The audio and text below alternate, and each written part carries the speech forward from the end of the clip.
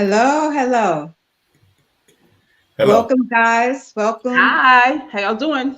What's up, This y'all? is this is Renee and Michelle. Michelle and Renee with the Sister Chat, and we have a special guest, Ian Scott. He's a CPA, among other things, and Michelle will give him introduce him more. But as you notice, the title of our conversation today is going to be "It's never too early to plan for retirement." Why is that important? It's important because your planning or your strategies for what you're going to do to not work for the rest of your life has to start early on, because otherwise you'll end up in your 50s, 60s without any idea what you're going to do with the rest of your time or how you're going to make money. So Ian is here to help us get some short and sweet answers. Of course, he's available for more specific answers. You can see his website so that you can contact him directly when we finish this call. Finish this show. But I'm going to introduce you to Michelle. Michelle is going to take it from here. But we want to thank you guys for coming, because this is all part of health. Because if our money ain't right, our mind ain't right. I'm sorry. Exactly. Couldn't agree with you more. Our financial health is very important. So I have a very, very dear friend, Ian Scott. He has been a CPA for 15 years. He has a firm in Philadelphia, a tax firm. He's an entrepreneur, formerly a brick and mortar worker. He's a real estate investor. So he has a wealth of experience and someone that I highly respect. So I wanted him to join us today to share a few tips on some things that we can do as we plan, not only for retirement, but how it comes together with our finances, our taxes, what we do every year. So we're going to have a build on that. He's going to answer these questions, and hopefully this will be very valuable to you, because that's the whole purpose of the Sister Chat, so that we can educate you, inspire you, and empower you to make whatever changes you need to make in your life, whether it's for your physical health, your financial health, or your inner and outer beauty. How about that? So with no further ado, Ian, thank you for accepting the invitation. And I have a couple of questions for you. So my first question for you is, what are some of the things that we should be doing financially as the end of the year is approaching? So, first of all, thanks for letting me come into the sister chat. Sister and brother chat tonight. But there's a few things that there's many things you can do. I have about 7 here that you can look at. Even now, we're at December the 4th, so it's you still got a few more weeks. One of the things that you can do is to look to add to your retirement account. If you have your 401k at the job, you may have an IRA. Just look to max those out. We A lot of times people have it just set up to come out of their paycheck each paycheck each month. However, but you want to just, if you want to get a boost, the more money you're putting in, the more that's tax deferred. So that results in a smaller tax bill. So that's one thing you can do. Definitely add to your retirement. You want to look at your portfolio. If you do have other investments, mutual funds, stocks, bonds, you may want to do this strategy like a tax loss harvesting strategy, where you may look at investments that aren't doing well, that you don't like anymore, that may not be producing as well. And you may be able to sell those off to go against any type of capital gains that you had. And again, that's going to reduce your tax bill. You could also, in a sense, because this is a health focused podcast, think about if you have any money in a flex spending account, health savings account. Use that money, because a flex spending account, that's a tax deferred account that your job gives you. If you have that money goes away at the end of the year if you don't use it. So if you still have doctor bills and visits that you want to do, make sure you're using that money. So that way it's not lost. It doesn't go back to the employer. You could take advantage of that. Look at your other insurances. So your in addition to the health insurance, you look at your life insurance. You look at your auto insurance, all these different insurances, just to make sure that the coverage that you have is adequate. Think about your beneficiaries. Think about the changes you may have experienced in a year. Maybe you have children, grandchildren that you may want to add as beneficiaries, marriages that began, marriages that end for whatever reason. You want to make sure those things are up to date. So that because those things, and most of the time, we really only look at them, or they come into effect during an emergency. right? We don't have time to look at those things and to see if they're up to date at that time. So we want to take when things are calm, when there's not an emergency, that we're looking at those things to make sure that they're up to date. Think about donating to charity. If you may have things, even cash items, but then even non-cash items that may become a deduction for you. Nowadays, with the way that the taxes are set up, the deductions aren't as lucrative in a sense, deductions, because of just the way things are, but they add up, right? Especially the cash donations. If you're making, a couple $100 a month to a church or charity, keep track of all those things, but you might just have enough to make a bigger donation, which may kick into effect for your standard deduction.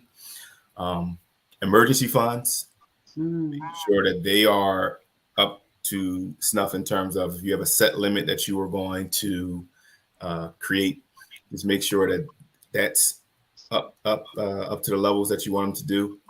But the biggest thing I would say is, just like you would go to a doctor yearly for your physical checkup, make sure you're pairing with your professional. So if we talked about all these strategies you can take. If you have, I suggest having a good investment advisor, good CPA, good insurance agent, other agents who can help you with these things. Even if you're just doing like a yearly checkup, just to tell them your situation, and they're able to give you strategies and things like that you can do going forward. So that's there's other things, there's many things you can do, but that's a nice list. That's excellent. That's excellent. Thanks for sharing that. Awesome. Now I'm taking copious notes. Yes. Okay. So now in prep for 2023, that's around the corner. What are some things that you think we should do, whether we're an employee, right, working for someone in a brick and mortar, or an entrepreneur? What are some things that we could do in prep for 2023? So 2 things for employees. Review your W-4 form. So that's the form that tells your job how much money to take out. That changed recently. The people used to say they would, do 0 exemptions, 1 or 2. That's no longer in play, right? It's a couple of questions you answer. Are you married, single, head of household? How many dependents you have that are under 16? How many are over 16? And then a couple of other extra ones. But that's how they're determining how much money to take out. The actual payroll taxes have changed as well. So a lot of people may have seen that their refunds have gone down, or they may have started to owe. It's because they're just taking less money out. So just make sure that is up to date, especially again, if your marital status changed, if you've had other dependents, if your dependents have crossed over the age of 16, right? All of those are significant milestones to make sure that there's enough being taken out of your paycheck, so you're not having a liability at the end of the year. So does that mean, so I have a question for you. Does that mean that for, let's say, a person like us, we are empty nesters. So should I be claiming more so I could take more out, have more out taken out of my check, or what? So you for a person, it's just you. And if you're filing jointly, that would be you and your husband, and you're figuring out how much both of you should take out. You don't want to take out too much, because that's less to live on during the year, right? You don't want to have but you want to have enough taken out. So it actually gets a little more tricky when there's two people. The IRS has a tool. It's a W-4 withholding estimator that you can use, where you plug in, you take your recent pay stubs, and then your tax information, and they will give you some guidance on how much to elect. Now, being that it's December of the year, at the end of the year, this is something that you can go look at for next year. Right. For this year, it might be worth it to do. You could do like some tax estimators to see how much your bill will look like. And if you owe last year and nothing else, you haven't touched anything else, you may be in the same situation this year. So just expecting that and coming up with that money now, instead of trying to pay it in April, your taxes, now all of a sudden you have a bill. You can figure that out now. You're at least drumming up some money to be able to prepare for it. Gotcha. Awesome. As far as entrepreneurs, 3 things I would say is just having good books and records, right? As an entrepreneur, you're taxed on your net income. You're not taxed on the amount of money you make. So you take your income less your expenses. That's what you're going to be taxed on. So you can do that with a spreadsheet. You can do that with a book manually. You can do it with software, right? But you just want to have all of your income, all of your expenses, whatever's left over, that's what you're going to be taxed on.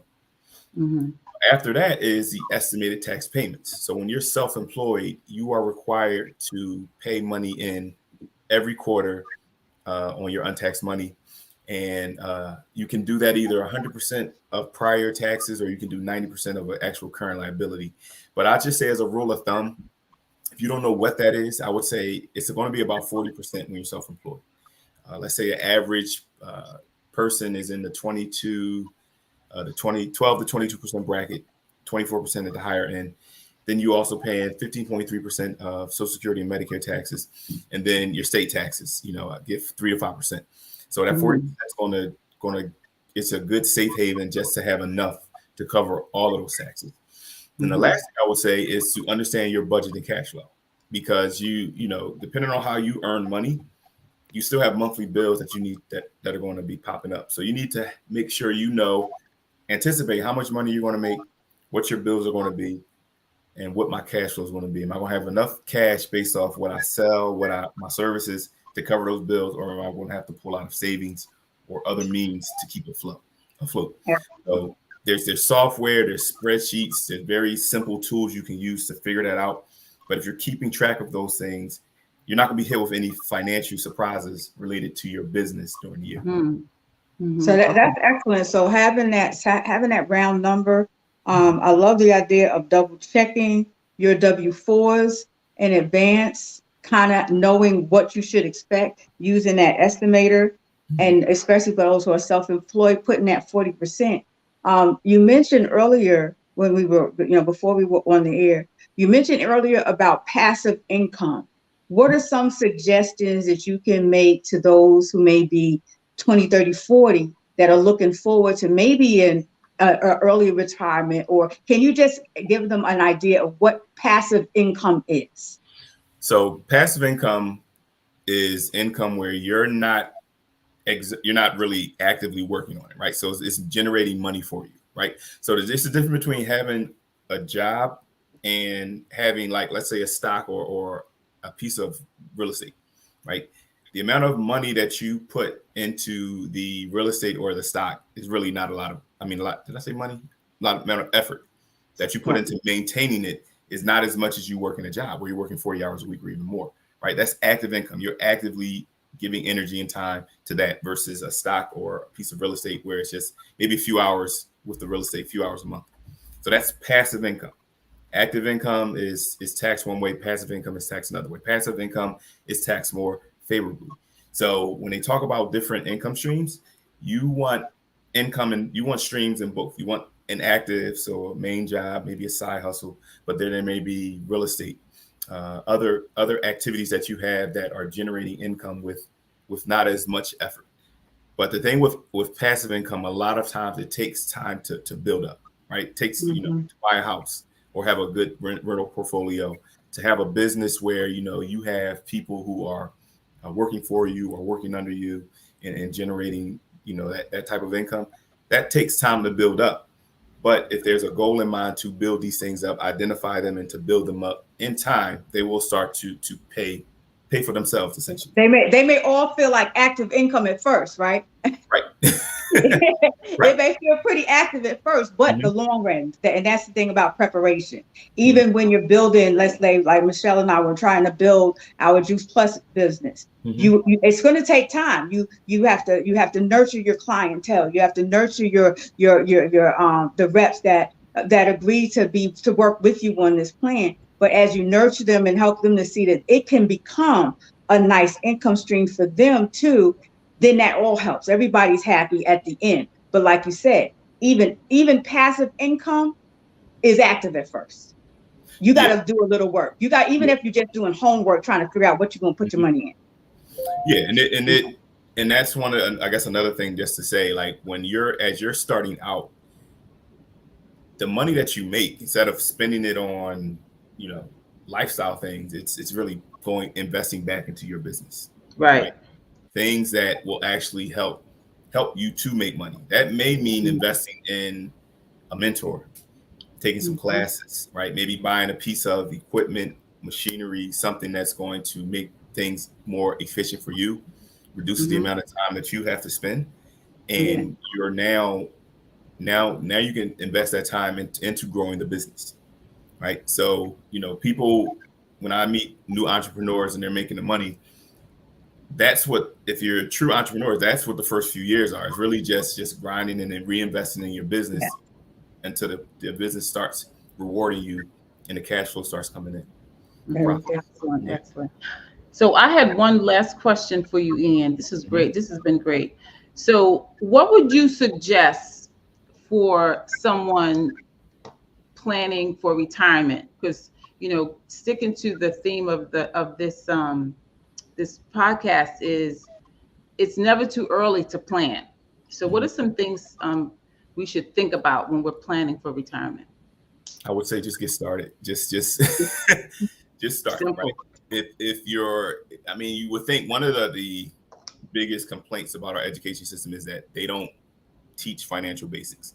They don't teach young ones the power of compound interest, right? How if you start investing in your 20s, $100 a month, very minimal, like small, modest gains, like let's just say 1% a month, 12% a year, you can have over $1 million accumulated in 40 years, right? Now, compared to someone who starts in their 40s or their 50s and they invest $1,000 a month with the same returns, where they would only be amassing about, let's say, $300,000, right? So it always pays to start early, start small, and just build consistent habits over time. Right? For anyone who fits that earlier criteria, jump in. Right? It doesn't, you don't need a lot of education. There's brokerage accounts like Vanguard and Fidelity and all these other, a lot of systems that you can invest in, and you can do it yourself, or you can work with a financial advisor if you want more advice, financial coaches and things like that will help you to get on a start. But if you're someone who is a little bit older, if you want to generate cash so that you're able to invest the cash, you want to put it to work. So that may mean, in order to find the cash, to simplify your lifestyle, identify areas where you're kind of wasting money.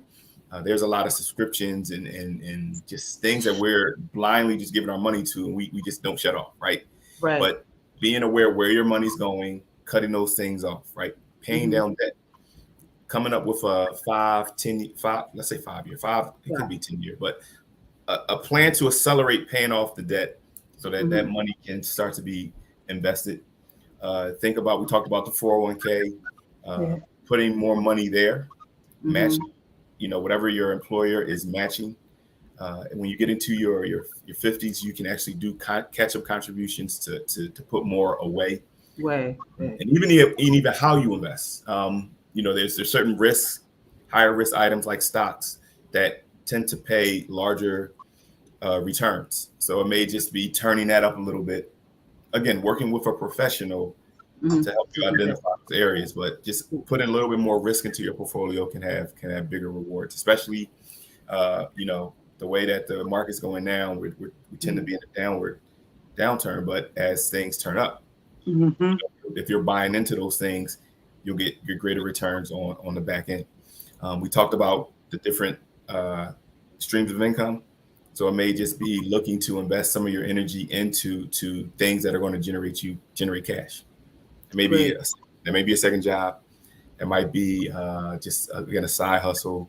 Just doing some things to produce cash to be able to invest more, put more away. So those are the things that come to mind. But again, it's just never too late. If you have a plan in mind and you kind of have a goal, especially a budget, if you just a budget of this is how much I need to live, there's so many ways you can come up to figure that out so that you're not just stuck with a 9 to 5, right? Technology and so much knowledge here. There are just so many more things we can do. It's just having that knowledge and being able to follow through and just stick to it. Awesome. Ian, thank you so much. Thank you so much. I hope this was informative. This was excellent. This was awesome. Short and sweet. Yes. So hope you guys enjoyed it as well. This is how you can reach us. And Ian, could you share with the folks how they can reach you? So in my name, that's my Instagram handle, and then ian@berktax.com is my email address. Berktax.com being the BERK. BERK. Yep. Perfect. Thank you so much. You guys have a fabulous night. Take care. Good night. Good night.